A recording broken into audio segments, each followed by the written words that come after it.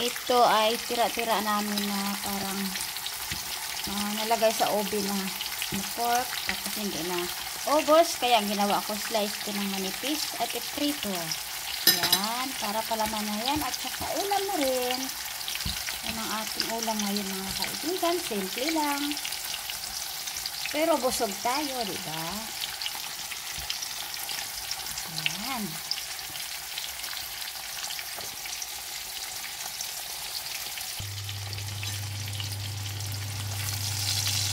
Pwede na, brown na siya. Ayan.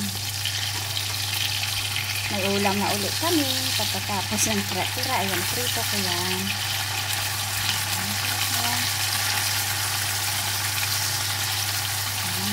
Tamang brown lang para hindi masyadong malagay. Yan ang ating ulam ngayon. Ay simple lang at saka tira-tira.